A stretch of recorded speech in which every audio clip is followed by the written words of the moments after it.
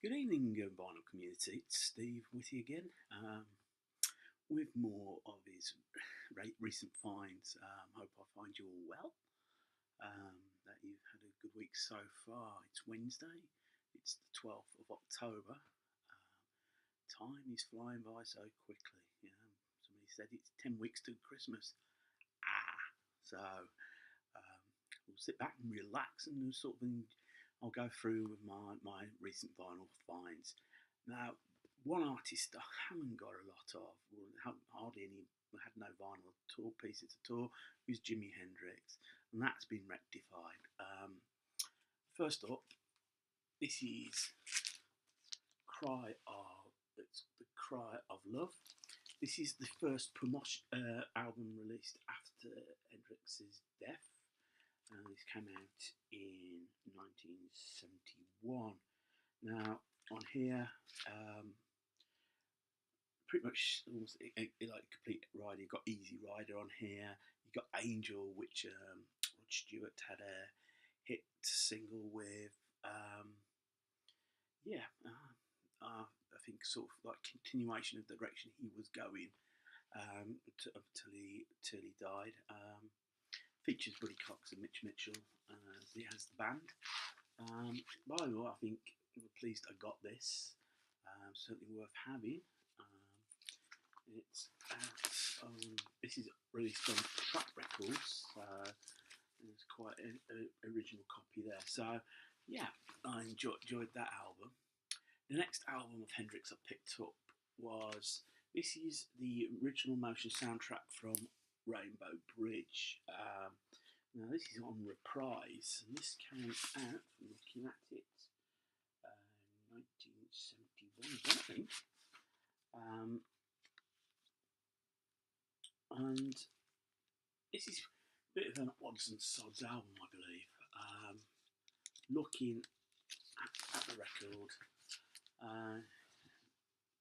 yeah, there's a version of the Star Spangled Banner on here. A bit of a live concert album. Again, it features Buddy Cox and Mitch Mitchell. It was co-produced by Hendrix, Mitch Mitchell, Eddie Kramer, and John Jensen.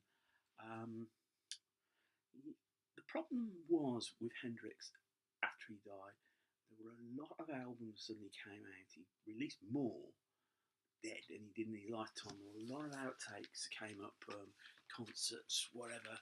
And to be quite honest, I think some of the quality, what I've heard over the years on various methods, the quality was a little bit patchy. The final bit of Hendrix I picked up was War Heroes. Now, this was again released after his death. Probably the most one I recognise the most. This came out on Polydor. You've got High World Chili on here. You've got the Peter Gunn Catastrophe. Again, this is produced by Eddie Kramer and John Jensen. Yeah, again a bit of a hodgepodge. Nowadays, Jimi Hendrix estate sort of what really sort of controls better what comes out. And I think what the recent stuff that's come out the quality has been better. Saying that, I didn't say no to this album, and I think I quite enjoyed it. In fact, all three albums I did enjoy, despite the patchy nature of the quality. But you know, if you see a Hendrix record in a charity shop, you're not going to say no to it. So I'm pleased with those. Next record up, Madness, their second album, absolutely.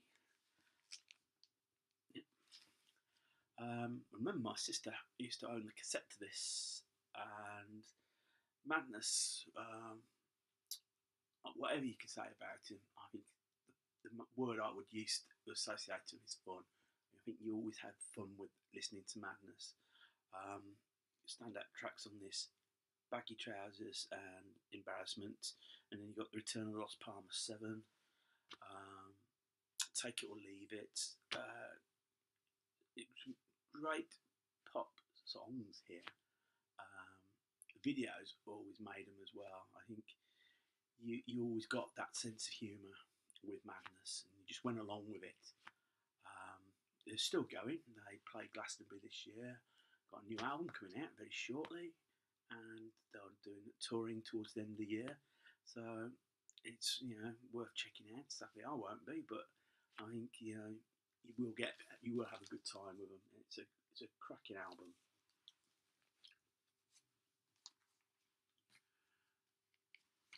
My collection of Moody Blues albums continues abound, and this is the seventh Surgeon. This came out, I believe, in 1970. Just double check that. I cannot read. Yeah.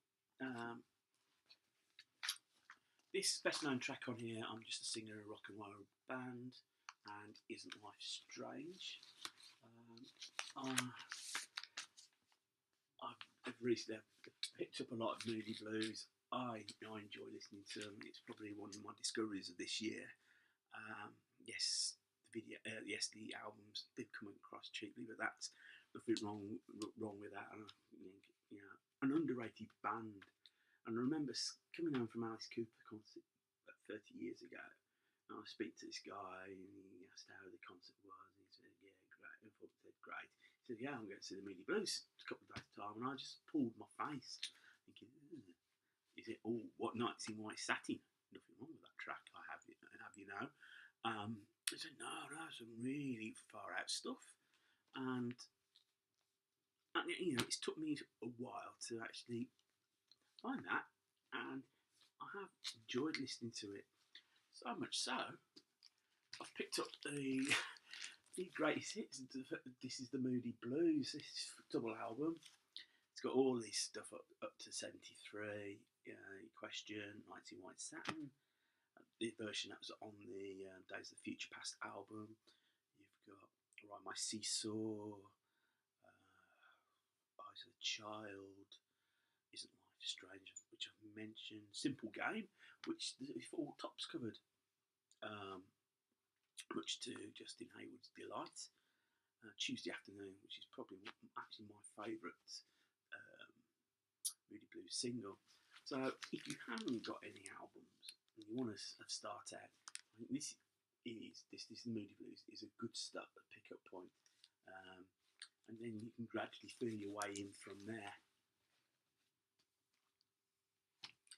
Next up, a band called Sailor and their album Trouble. Now I picked this up. I found this in the pound bins, purely because the two songs I know. They had two big hit singles in 1976.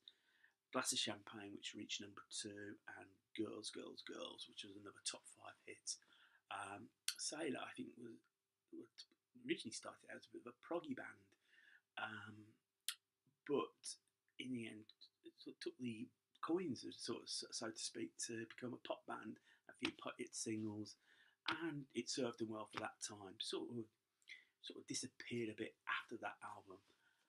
Some good songs on here, but I have to say my favourite is Glass of Champagne. It's just a great single. It's just an upbeat 2.5 minutes worth of fun, and if nothing else, I like my music to have a little bit of fun element to it. Nothing wrong with some cheesy pop now and again.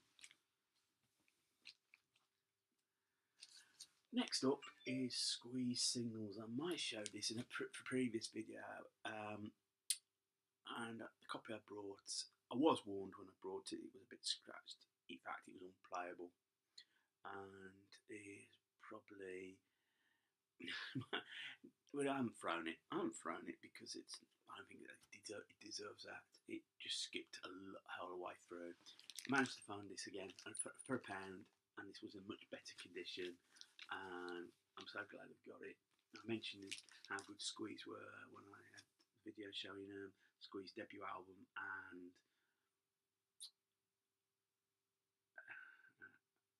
oh no, you know what? I've forgotten the name of the other album I got. it will come to me afterwards.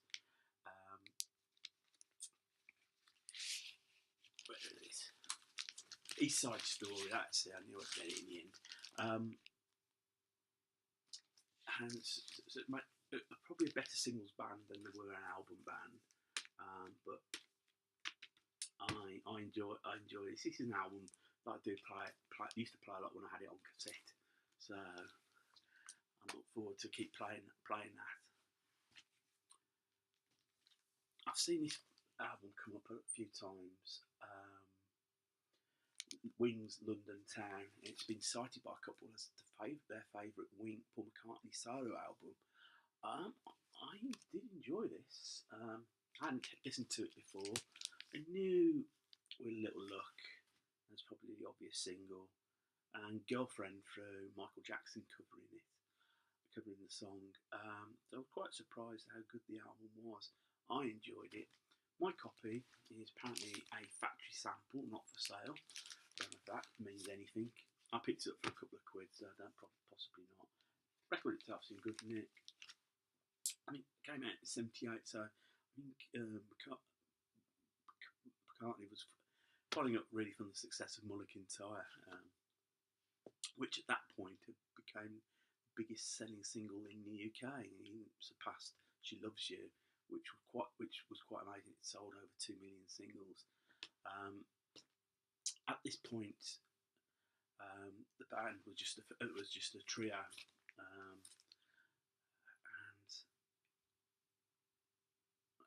I think maybe the peak with Wings was starting to go, because they only made one more album, Back to the Egg, afterwards. So, but enjoyable all the same. All the records I pick up, I enjoy. I don't really necessarily go and think, oh no, I don't like that. I'm going to quickly run through. I just got a couple of compilations to finish, 3 compilations to finish. K-Tel compilation called British Gold. It's a bit of a rock. Got classics, Arthur Brown's Crazy World, Arthur Brown's Fire, Thunderclap Newman's Something in the Air, 5, 4, 3, 2, 1, Manfred Mann, Blackberry Way, The Move, Hush, Deep Purple. I enjoyed it. It sounded good. Considering it's K-Tel, I know they may get a bad rap, but they're not that bad. This one is a double album called The Classic Experience, and this came out in 1988, and this is really your favourite classical pieces in bite-sized chunks. So you've got Gershwin's Rhapsody in Blue, you've got 1812 Overture, you've got Troika by Prokofiev. So you've got all your the favourite bits. You may not own up to liking it, but you've heard it on adverts or TV programs. So this is a good album. It's a good album, a good introduction for classical music if you've never purchased any. It's a little good way to get into it. Classical music, nothing wrong in it. It helps me do the ironing. And finally, this is another compilation called The Hitmakers. 18 original hit tracks by 18 chart-topping artists.